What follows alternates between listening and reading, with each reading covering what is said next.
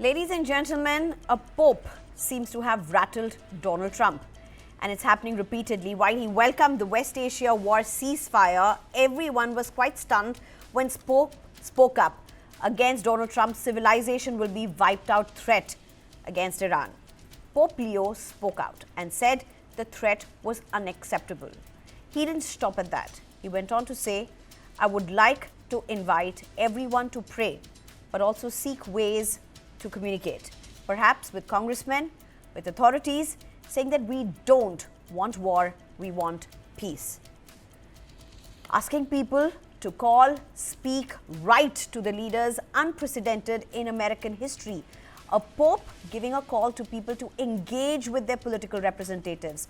Some experts have said it is equivalent of the nuclear button for the Vatican. His words put him in direct tension with senior American officials who have framed the war in explicitly religious terms. Defense Secretary Pete Hegseth has repeatedly invoked God in connection with the US military campaign, likening the rescue of a downed American pilot to the resurrection and asking the American people to pray every day on bended knees. As Pope Leo has also condemned Donald Trump's anti-immigration policies, describing administration's treatment of foreigners living in the United States as extremely disrespectful. Pope Leo welcomed the ceasefire in Iran hours after calling Trump's threat against the population of Iran unacceptable. US officials stress unmatched military strength. Message signals expectation of Vatican support and so much more that has really been involved in this. Allegations fuel global political controversy. What now has emerged is details of how Vatican envoy was summoned by the Pentagon for a closed-door meeting. And references to the Vatican papacy was made in January when there was massive civilian protests across Iran. The attempt, reports suggest, was an attempt to force align the Vatican with the US. So did Donald Trump threaten Pope Leo? I'm being joined at this point by Ambassador Ashok Sajanar, former Indian diplomat, Pramit Pal Chaudhary, head South Asia Eurasia Group, as well as John Rossamander, who's a geopolitical expert. Thank you very much, all three of you, for joining me. It's very fascinating that this is happening, that this is being discussed. A lot that is being spoken about it, not something that often gets discussed in Indian media. But let me just come to you at this point, Pramit Pal Chaudhary. What do you make out of this? Why is this happening? You know, a very simple thing that's coming up again and again. US as a country really believes in separation of state and religion. That's originally supposed to be their theory, and yet Donald Trump seems to be extremely rattled. Well, that separation of church and state does not mean that you don't have freedom of speech. So the Pope is entitled to making a position. This is not the first time a Pope has criticized a U.S. president. Pope John Paul II, if I remember correctly, criticized George W. Bush when he invaded Iraq. Many popes have been critical of democratic administrations over the issue of abortion, which the Catholic Church has traditionally taken a strong opposition to. And even in the first Trump administration, I think Pope Francis had criticized Trump over the decision to build a border wall.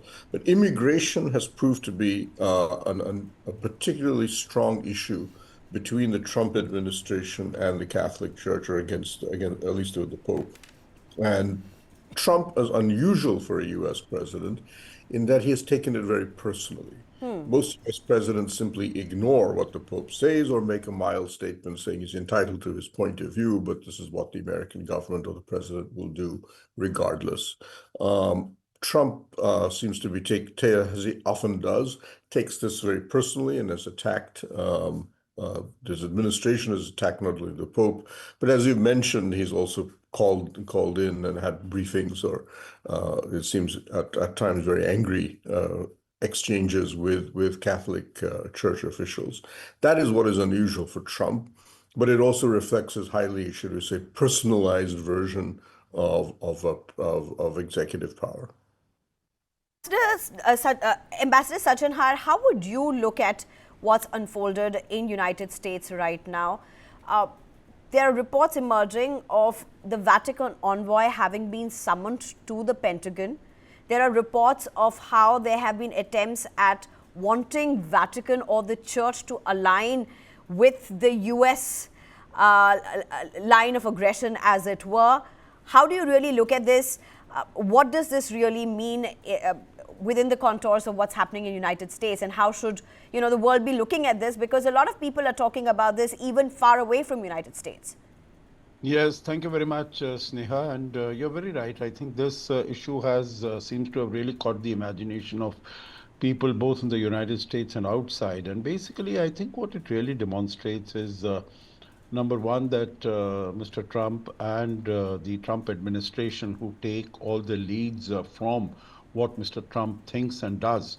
So he seems to be having a particularly thin skin and very sensitive to all this criticism. And if there was an overwhelming support for the war against Iran, then maybe it might not have really mattered all that much.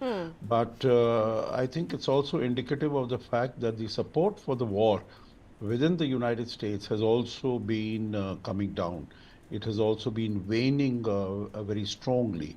And I think on all the major issues that very many of the human rights organizations, they have criticized the US administration, number one, in terms of the fact that the United States chose to broke off the negotiations even when they were in the thick of it, when they were in the midst of it, with Oman as the mediator. I think that came in for criticism by the Pope, that while the talks were going on, still the United States, in his wisdom, thought to attack Iran. Secondly, again, on issues that have been, that the United States has faced criticism from other individuals domestically and internationally, that its own constitution requires that the United States president should go to the Congress to seek authorization before waging into a conflict, and that was not done. And most recently, the fact that the Truth Social post that had come from the United States from Mr. Trump, saying that all the power plants, etc., are going to be razed to the ground, and also infrastructure. And so these are all specific comments that they don't stand well, and people should pray for peace rather than for war. And this is something that increasingly, possibly, the Trump administration has found unpalatable, and that is why you had Eldridge Colby calling the papal nuncio the head of the And that Vatican. also got a very strong rebuttal, very strong response from the Pope himself, for that matter.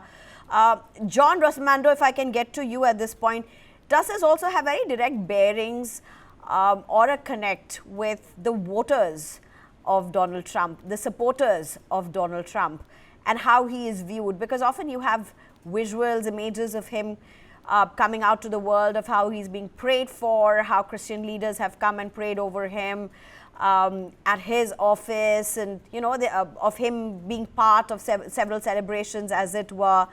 How much of this is to do with the fact that you have his ratings fluctuating at this point amid a war, and you also have the other side of it, where a lot of God is being evoked, a lot of reference to Jesus Christ is being made during the war by the military leaders, by Trump himself, and of course a lot of support that he seems to be garnering from the pro-church supporters?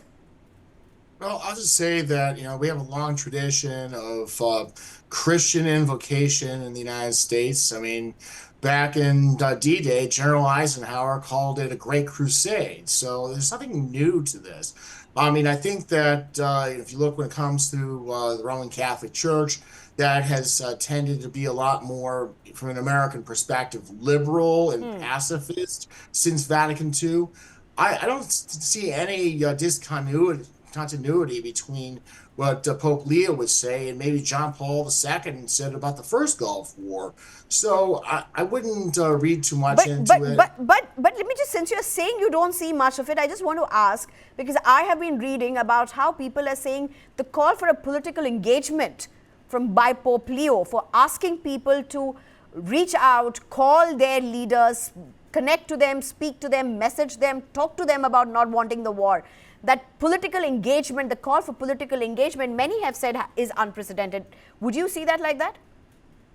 Well, I would say, telling Americans to get involved, I think is, something that is unprecedented. And also considering that the Pope is a foreign head of state, not just the head of the church. I mean, it's not like an American bishop coming out and saying, go support this. So I'd say that it's unprecedented.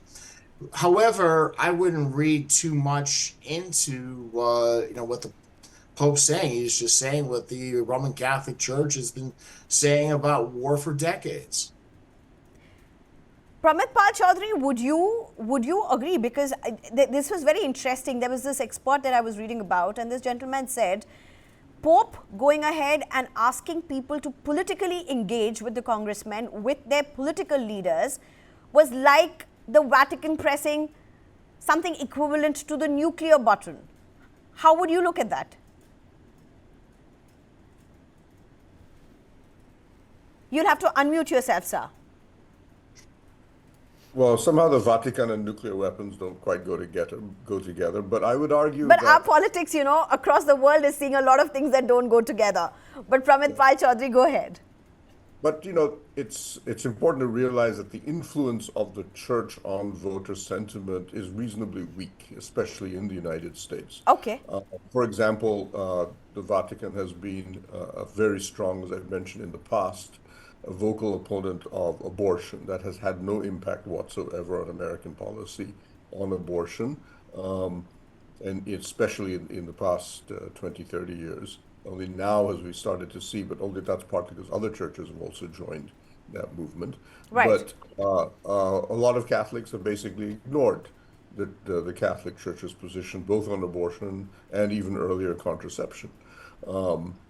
And if you look at the voting patterns of Catholics in America, while a small majority, I think about 55% roughly of Catholics vote Democrat, if you break that up between the Hispanics and white Catholics vote strongly in favor of the Republican Party. Right. Hispanics will obviously tend to vote more for the Democrats. So they don't seem to be driven too much by what the Vatican says. The voting patterns remain reasonably consistent. Right. All right. Thank you very much. Ambassador Sajjanhar, last closing comments from you. Would you draw parallels here between, the thinning lines between the state and religion?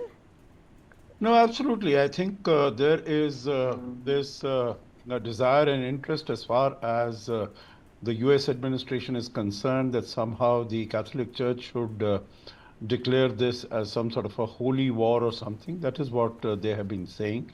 And, I think this is truly in line with what the Patriarchate of Moscow has termed the Russian aggression against Ukraine also as a holy war. Of course, Right. that has also come for huge criticism because this is taking one particular extreme of the argument, and maybe this is something also that Mr. Trump is looking for, that is, garner support, and particularly because the support for this war has been coming down so very drastically. Within 1 month, we have seen how the support has tanked, and All of right. course there are challenges in front of Mr. Trump, the midterm elections, the economy, the inflation, and Right. all that you have.